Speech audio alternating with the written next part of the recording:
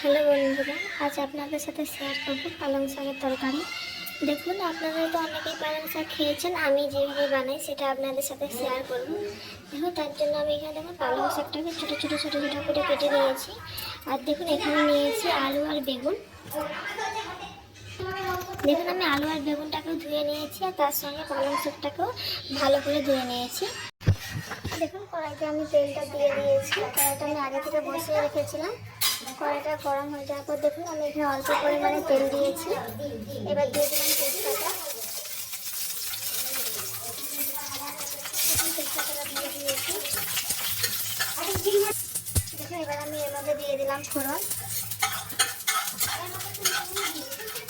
দেখুন, ফোড়নটা ভাজা হয়ে গেছে। এবার আমি এর মধ্যে শুকনো লঙ্কা দিয়ে দিলাম দুটো।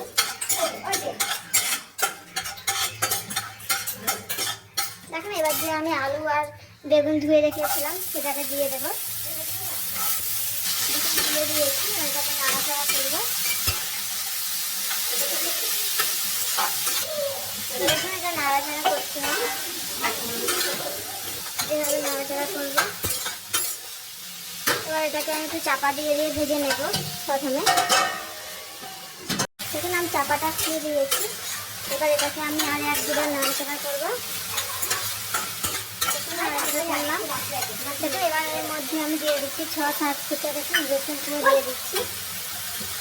দিয়ে এবার এটাকেও আমি নাড়াচাড়া করবো।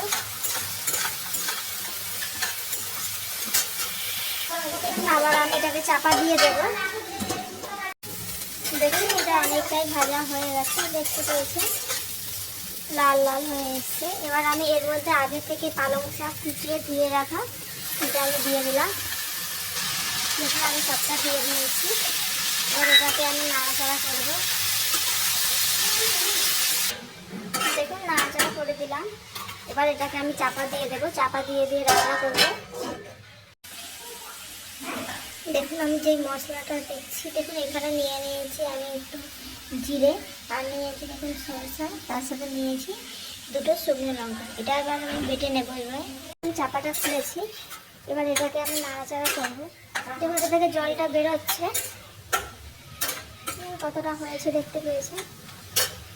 আমি এর মধ্যে দিয়ে দিলাম 1 চামচের মতন নুন। এবার দিয়ে দিলাম দেখুন 1/2 চামচের মতন হলুদ গুঁড়ো। দিয়ে এটাকে আমি নাড়াচাড়া করবো। দেখুন, আমি নাড়াচাড়া করলাম। এবার এটাকে আমি আবার চাপা দিয়ে দেবো। চাপা দিয়ে রান্নাটা করে নেব। দেখুন, চাপাটা খুলে নাড়াচাড়া করলাম। দেখুন,